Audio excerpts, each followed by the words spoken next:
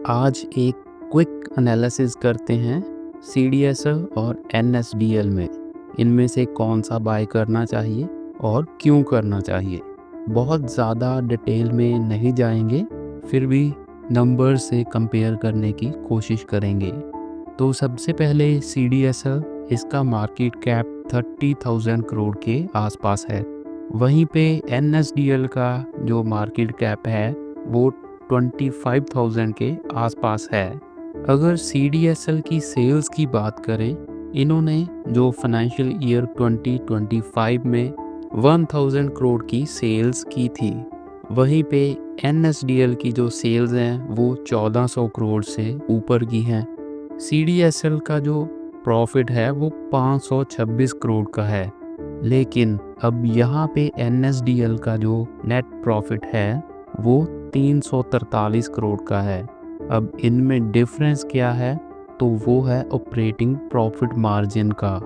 CDSL 60% के आसपास के प्रॉफिट मार्जिन पे काम करता है और एनएसडीएल में ये 26% है। सीडीएसएल से आधे से भी कम है। सेल्स ज़्यादा हैं लेकिन प्रॉफिट कम है, तो सीडीएसएल के जो मार्जिन्स हैं वो बेहतर हैं। तो अब प्रॉफिट से अगर मार्केट कैप को कंपेयर करें तो सीडीएसएल की पी रेशो 61 के आसपास है और यही पी एनएसडीएल में 76 के ऊपर है। तो क्लियरली जो एनएसडीएल है वो काफ़ी ज़्यादा महंगा है सीडीएसएल से आज की डेट पे। अगर हम इनके रिटर्न रेशोज़ को भी कंपेयर करेंगे, रिटर्न ऑन इक्विटी और रिटर्न ऑन कैपिटल एम्प्लॉयड, उनमें भी सीडीएसएल काफ़ी ज़्यादा आगे है एनएसडीएल से। बाकी चीज़ें दोनों की अच्छी हैं, कोई बोरोइंग्स नहीं है दोनों के पास। और अगर हम सेल्स की ग्रोथ की बात करें तो 5 साल का डाटा ऑलमोस्ट सेम है इनका। तो मोस्टली चीज़ें सेम हैं। जो डिफरेंस सामने आएगा वो है कि एनएसडीएल के पास थोड़े बेहतर बिजनेस हैं। मतलब मेन बिजनेस तो यही है डिपॉजिटरी का, लेकिन उसके साथ वो थोड़ा डाइवर्सिफाई कर चुका है। सीडीएसएल अभी डाइवर्सिफाई करेगा, ये लोग धीरे धीरे कर रहे हैं। बस एक डाइवर्सिफिकेशन बेहतर है एनएसडीएल के पास। उसके थोड़े और बिजनेसेस हैं, लेकिन हैं सभी मार्केट से रिलेटेड ही मोस्टली। तो उसके बेस पे इसका जो पीई है वो इतना हाई नहीं हो सकता।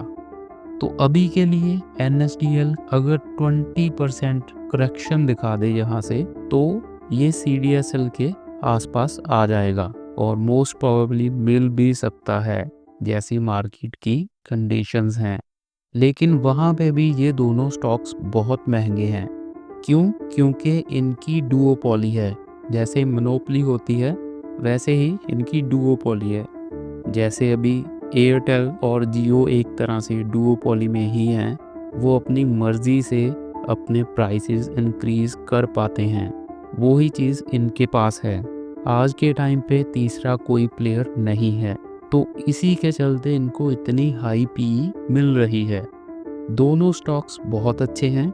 एज एन इन्वेस्टर इनमें से एक तो आपके पास होना चाहिए, लेकिन वैल्यूएशंस काफ़ी हाई हैं। कभी फॉल आए, सस्ते मिले तो दोनों भी ले सकते हैं।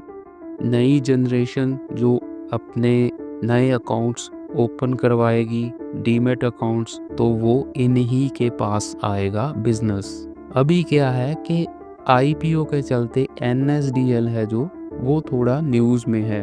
नया नया आईपीओ आया है तो लोगों में थोड़ा उसका क्रेज़ है, इसके लिए उसको बेहतर पीई मिल रही है। That's it. अगर आईपीओ प्राइस के आसपास या आईपीओ लिस्टिंग प्राइस के आसपास आए तो वहाँ पे तो मिस करने का कोई चांस ही मत लेना। So that's it. दोनों अच्छे हैं। वैल्यूएशन वाइज थोड़ा ध्यान रखें और लॉन्ग टर्म के लिए प्रेफर करें इनको। बाकी फाइनल इस पे डिसीज़न लेना या नहीं लेना वो आपका होगा।